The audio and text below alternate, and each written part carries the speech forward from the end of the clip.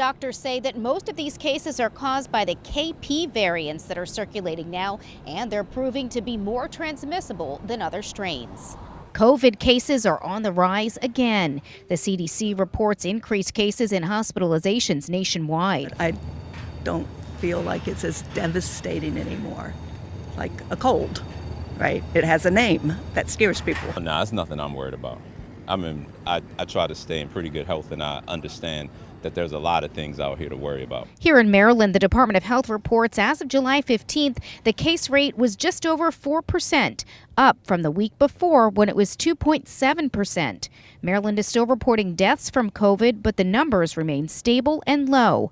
Doctors say we've seen a peak in cases for the last few summers, but this year the increase started a month earlier. It might be a pattern, but again, the virus is very unpredictable, so it's hard to say if this is something we should expect now going forward. Doctors attribute that trend to travel and the summer lifestyle. Taking family vacations, maybe gathering indoors in air-conditioned spaces with air that's not well ventilated or circulated with the outside. You can reduce your risk by following the same precautions we've gotten used to. Wearing a mask in crowded spaces, practicing good hand hygiene, and keeping your distance from anyone who is sick.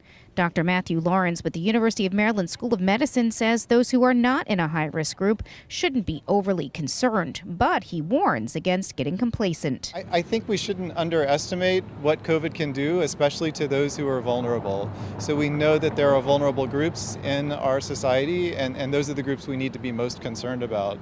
Dr. Lawrence says there is a new vaccine that is targeted to these new strains that should be out in August or September. In downtown Baltimore, Kim Day, CWBAL TV 11 News.